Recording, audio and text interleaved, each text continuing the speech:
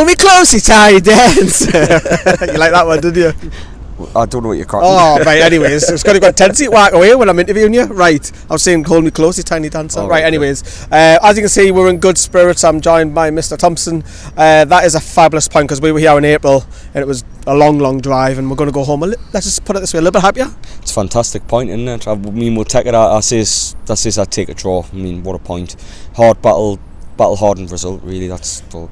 Were you that optimistic when you seen that lineup? Because I wasn't. I was like, I was happy that the wing backs were there. Don't get me wrong, but Murphy, Manquillo, and Atsu, people like.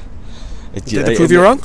They did. Murphy especially. Like, he got forward, put the ball into the box for the goal, and Atsu got in between the chance very well. And Manquillo played well as well. But then again, bar the third goal, that was Manquillo's fault against West Ham. He played solid there as well. So he's putting a run of games together. He's doing all right. I think if they didn't perform, Newcastle might not have come away for a point as well.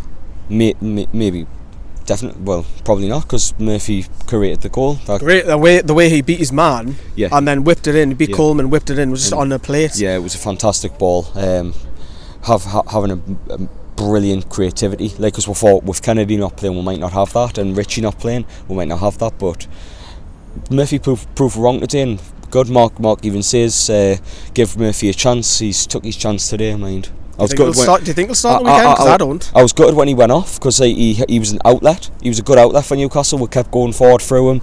The defence didn't know how to handle him. Everton's defence. Be a shame if he is dropped, but I think he will be for Kennedy. I mean, where was he tonight? I'm not sure where Kennedy was, but it might be hard getting Richie into the team. Who knows? Well, it was, like I say, it was a fabulous performance. It didn't really create much, and it was mostly through Atsu second half. But you know, the goal a few minutes before half time, Lascelles is more like doesn't know where he is, does he? I think for me, it's unusual. I think for me, you've just got to put him Rose Ed. Well, if there's Rose Ed here, but like. Yeah, you've just got to put on Rose Edge. You can't piss about taking a touch on you 4 yards away from your goal. You've got to like just hoof it out. Like, I know who am I to say, but like usually you see someone boot it out, and it's a rare mistake from the Lascelles. I'm not gonna chip him too much because he's a fantastic asset to the team. Yeah, it's just one of them. And I think other than that, he was fantastic. He won every header. Like, kind of fault him. Speaking of the defence, you know, we came under cautious centre mark before. All that defence, Yedlin, Manquillo, Fernandez and Shaw, those four in particular. Lascelles improved, got over his mistake. Absolutely mint, weren't they?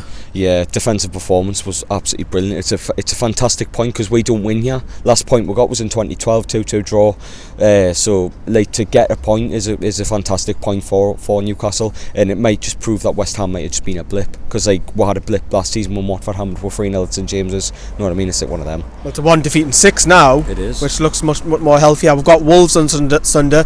Very surprise win tonight. Sorry, Rob, again for them.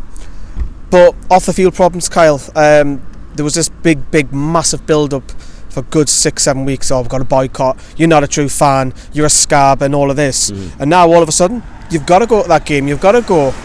What's your thoughts on that? Well, I changed my mind. I was initially not going to go to the game, but I changed my mind now. I was decided on going, but now I think with the Peter Kenyon rumours, and there's actually a massive fuel to the fire that the club might indeed get takeover might actually happen. So get behind the team, show these potential new owners what they could have in this club with great fans, and 52,000 jam packed, and then all singing their hearts out. So do you think the boycott's just dead now? It's got no reason to be alive, mate. If these rumours are to be believed and Ashley's leaving the club, there's no reason for them to be around, mate. The takeover. They've succeeded. Like, we've driven it. Like, if it happens, we've successfully done what we need to do and driven them out of the club. I mean, I'm not getting too far ahead of myself, but like if it does come out that Peter Kenyon's buying the club and things like that, the Magpie Group have succeeded in what they're doing.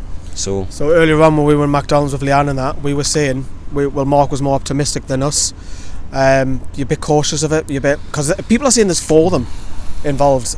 Is there? I don't think there's 4, but like getting Peter Kenyon getting access to the accounts, and and Mike Ashley coming out permanently, like Ashley coming out. It's nice of them calling with Geordie bastards, wasn't it?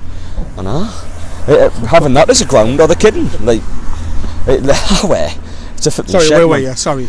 Takeover. Yeah. Takeover. Well, there's a lot more fuel to it this time. Like Ashley's came out himself.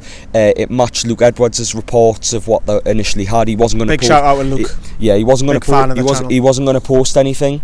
He says, look, we've heard it all before. I wasn't going to post anything, but it matches what he was going to report. What Ashley came out and said, and now everything's coming along, and you know, it's good. It's good to say. I'm not building my hopes up because of the Staveley lock last year, but if it finally leads to getting this man out of the club, fantastic.